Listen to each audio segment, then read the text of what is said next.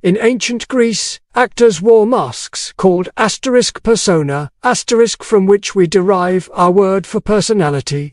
But here's what the Greeks understood that we've forgotten. The mask was never the face it was a tool, a performance, a carefully constructed lie.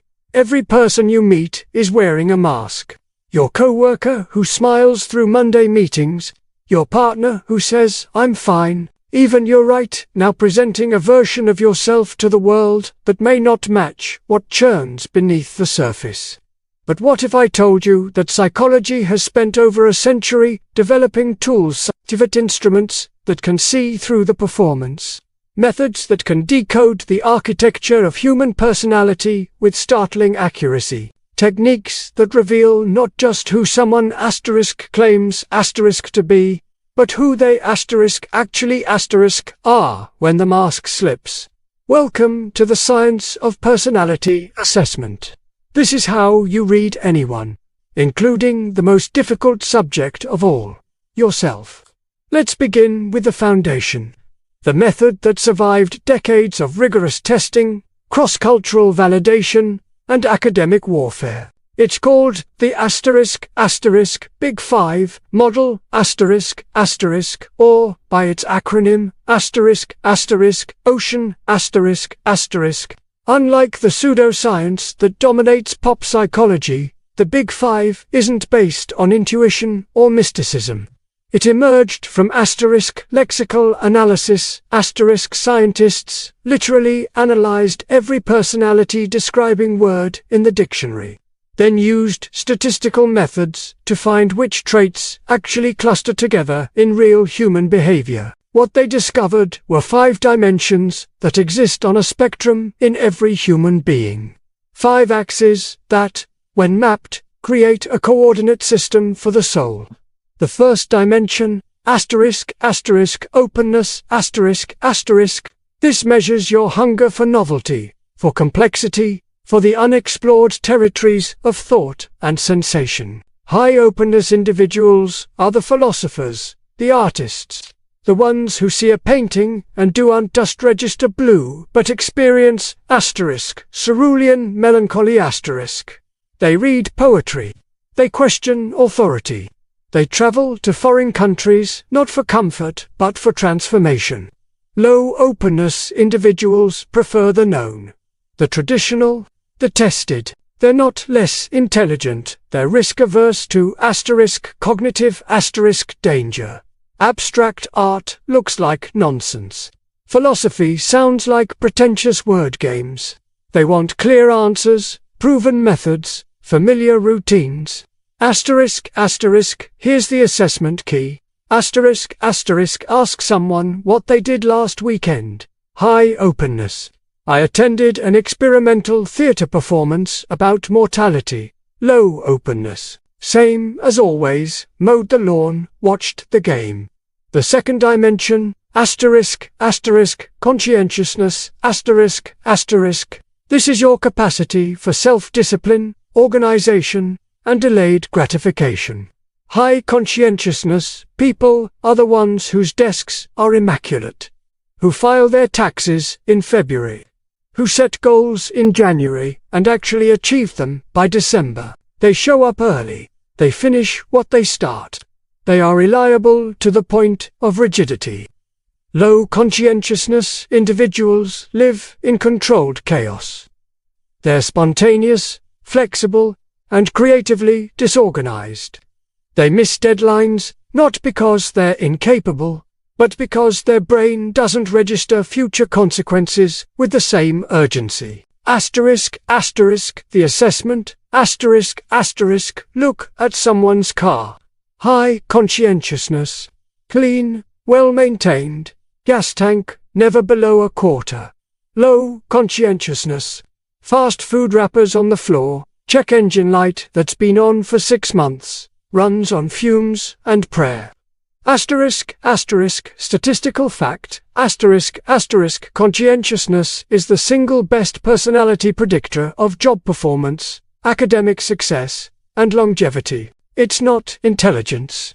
It's the willingness to do boring, necessary things repeatedly. The third dimension, extroversion, but this isn't about being shy or outgoing, that's the surface. This is about where you derive energy, Extroverts are stimulation. Their nervous systems require external input, conversation, crowds, activity to feel alive. Silence feels like suffocation. Solitude feels like punishment. Introverts, low extroversion, are stimulation avoiders, not because they hate people, but because their nervous systems are already stimulated. Social interaction drains their battery. Solitude recharges it. The assessment, after a long day, does this person want to decompress alone, or blow off steam with friends? That answer reveals the architecture of their nervous system. The fourth dimension, agreeableness, This measures your orientation toward compassion versus competition. High agreeableness individuals are empathetic, trusting, cooperative.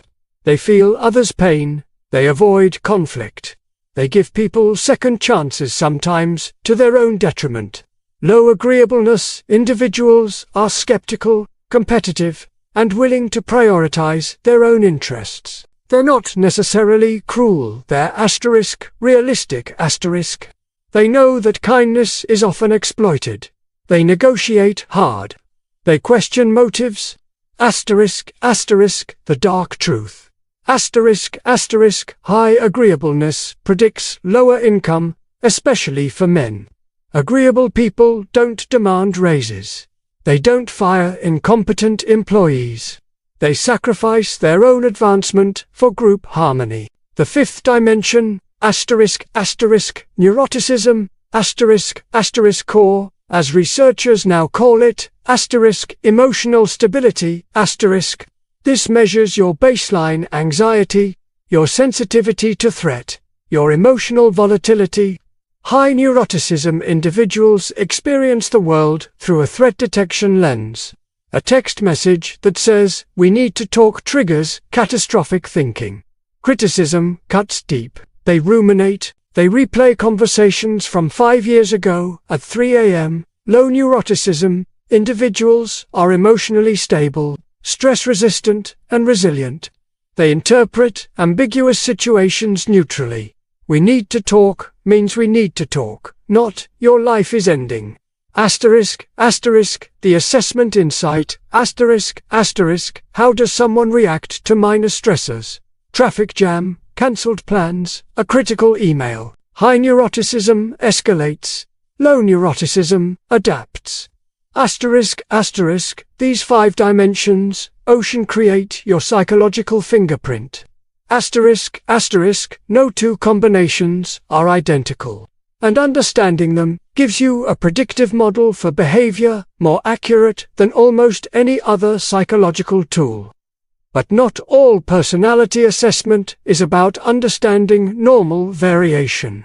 Sometimes you need to identify danger, enter the dark triad, 3 personality traits that, when elevated, signal someone capable of manipulation, exploitation, and harm without remorse. Narcissism, is grandiosity with fragility underneath. Narcissists need constant admiration. They believe they're special, exceptional, entitled to treatment others don't deserve. How psychologists assess it. The narcissistic personality inventory asks questions like, "I will be a great person" versus "I hope I am going to be successful." Narcissists choose certainty, grandiosity. They don't hope, they no behavioral markers, they dominate conversations, they drop, they react to criticism with rage or cold withdrawal. And here's the key, they lack empathy, not because they can't intellectually understand others' feelings, but because, asterisk, asterisk, those feelings don't matter to them, asterisk, asterisk, asterisk, asterisk, Machiavellianism, asterisk, asterisk, is strategic manipulation. These individuals see social interaction as a game where others are resources to be used. They're not impulsive. They're asterisk, calculating, asterisk. They tell strategic lies. They befriend people not for connection, but for access. They're charming when it serves them, cold when it doesn't. Assessment method, asterisk, asterisk, the Mach 4 scale measures agreement with statements like, never tell anyone the real reason you did something unless it is useful to do so.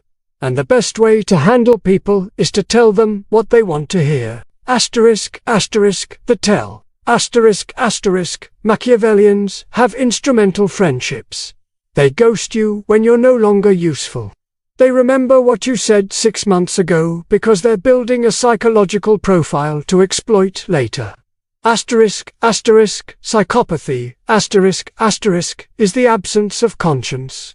Not anger, not cruelty for pleasure. Something colder.